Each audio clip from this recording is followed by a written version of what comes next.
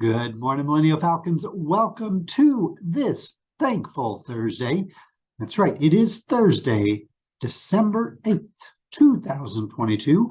If you haven't been thankful already today, give yourself a moment to give yourself some thoughts on what you are thankful for. Those can be personal thoughts. You can share them and you can share your thanks with others, but it's important to always be thankful. Okay, Miss Bankel, thank you for being here again today. We appreciate your consistent support with us all week and hope you've had a great time at Millennial. And let us know if there's anything we can do to make your day better. Students, at lunch today, you've got some Italian choices today. We've got a cheesy meatball sub. We have crispy popcorn chicken wrap. That's not Italian. And then we have rotini marinara with meatballs. Rotini is a type of noodle. So a couple meatball choices and then that crispy chicken wrap. Hopefully one of those is something that gets you excited. Students, I don't know if you've been watching the news. Most likely not. Most kids don't watch the news. And honestly, it's not always full of a lot of positive things. But a lot of times people will watch it for the weather. Now, of course, we do have apps and we have different things to where we can track the weather. And that's kind of what I tend to do. But I've been noticing there's a cold trend coming in and it's going to be staying. It's going to even be getting more unseasonably cold than usual, which means the mornings are going to be, somewhere around 40 degrees. Next week, they're going to be dipping into the 30s. And then it's going to heat up into the 50s and 60s. Of course, what that means is how you dress is going to be important. And you're more likely going to want to dress in layers. Layers often come off as the day warms up. And again, I can't help but keep promoting. Please take a look. And teachers, if you have an opportunity when you guys are walking by the, the lost and found, and if you don't go that way, if you have an extra few minutes, maybe you could do that, because I know there's lots of clothes there that belong to some people, and I would love if people found that sweatshirt they were missing so that they're going to have something warm to wear as it does get a little bit cooler. So teachers, if you could maybe facilitate that. Students, I know when you go there and look for stuff, sometimes you look and you toss it and you do that, but then it gets all messy and it's really hard to find things. So let's make sure that we keep that area nice and organized, because then it's going to be easier to find what we might be missing.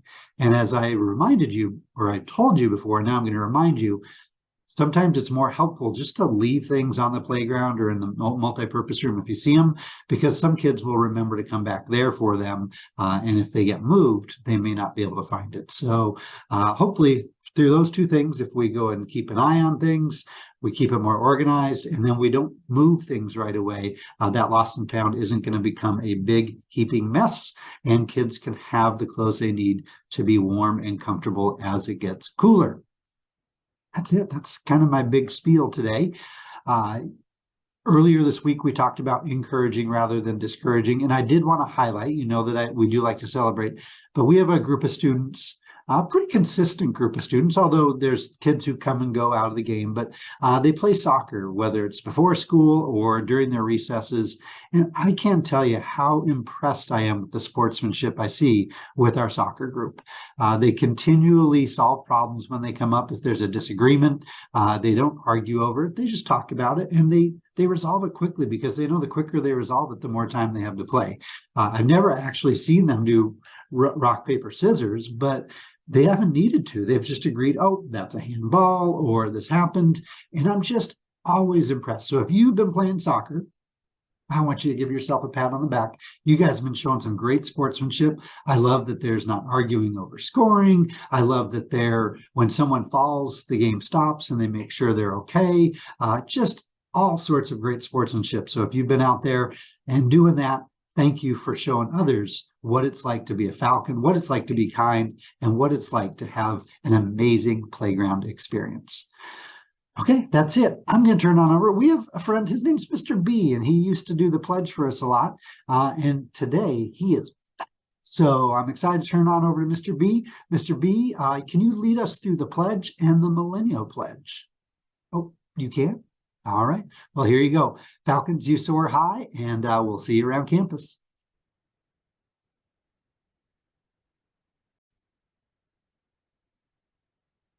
Good morning, Falcons. Please stand for the pledge. Take your right hand, place it over your heart. Begin. I pledge allegiance to the flag of the United States of America and to the republic for which it stands, one nation, under God, indivisible, with liberty and justice for all. And now the Millennial Pledge. Please raise your right hand. I pledge to be a Millennial Falcon. Watch me soar. Safe, organized, accountable, respectful are my main four. Make sure you have a good day and remember to be kind.